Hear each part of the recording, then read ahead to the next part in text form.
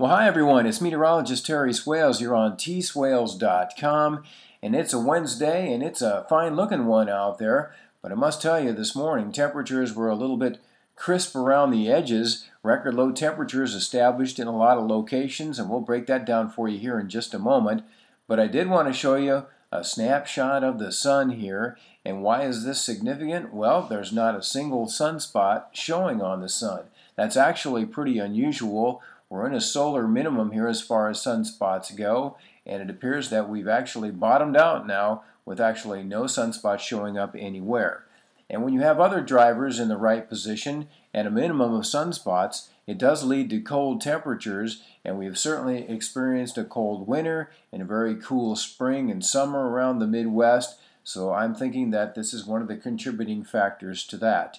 And it could also be a contributing factor to the cold that we've experienced around here this morning. A very unusual temperatures for this time of year. A lot of locations dipping down into the 40s and 50s. And here's why. Our big high pressure has broken loose from Canada and moved on to the south, and has been delivering this fresh Canadian air all the way into the southeastern part of the nation. Pretty unusual to get an air mass this strong that far south at this time of the year.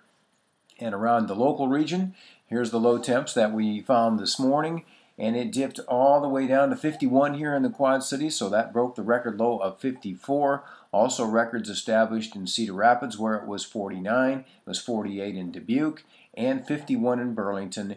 All locations around the immediate area experiencing record lows this morning, and we were not the only ones. They were found around a lot of parts of the upper Midwest, and I wanted to show you some of the readings up here in Wisconsin. It's possible there could have even been some scattered frost in locations.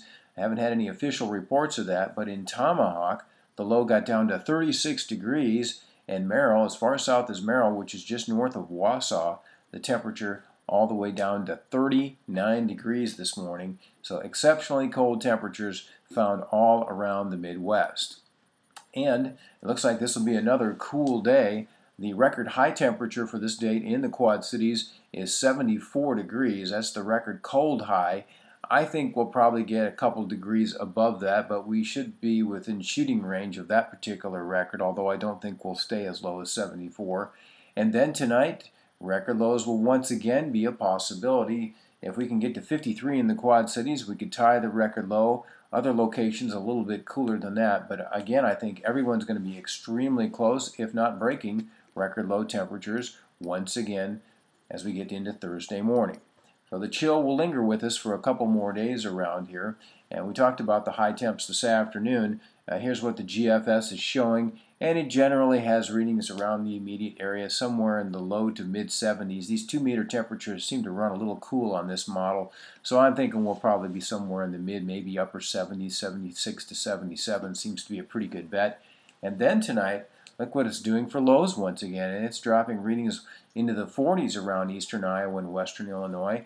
And that actually isn't completely out of the question here. I could see 49, 48 degrees in a few spots.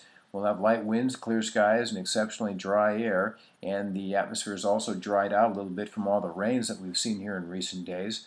So again, upper 40s to low 50s look to be a pretty good bet.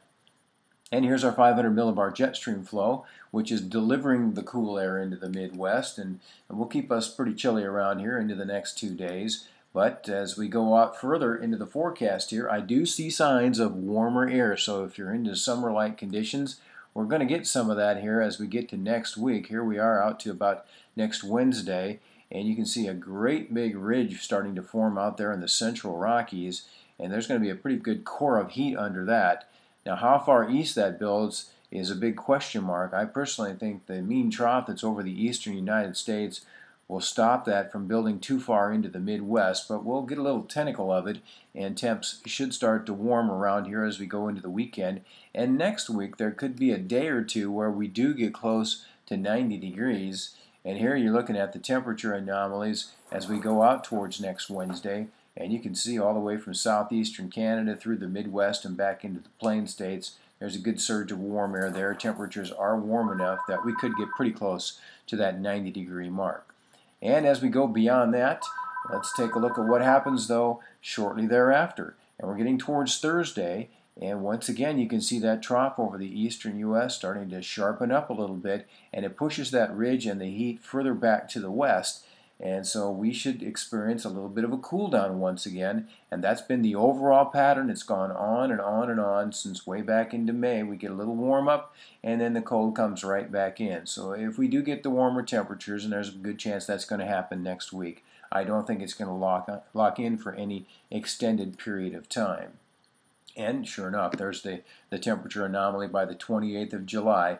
And after that warm-up, you can see the cool once again returns to the Midwest. So a real push-pull pattern going on, and I don't see any major changes in that here as we head into early August. As far as rain goes, well, with that heat starting to push towards us later on this weekend and early next week, we could be in a position where the ring of fire sets up, and that's where thunderstorms tend to form on the edge of the heat and then kind of roll over the same general areas. So there's going to be some location, I suspect, in Iowa, Minnesota, maybe Missouri, perhaps even as far east as Illinois, that gets into an active pattern for these thunderstorms. But first we'll have to get the moisture back in here, and then the warmer has to come in. So this isn't going to happen anytime soon, but I do think the pattern will become a little bit more active as the heat and humidity returns to the Midwest later on this weekend. So that is your weather briefing for this Wednesday. Hope you all have a terrific day out there. Continue to enjoy these nice weather conditions. And as I always say, roll weather.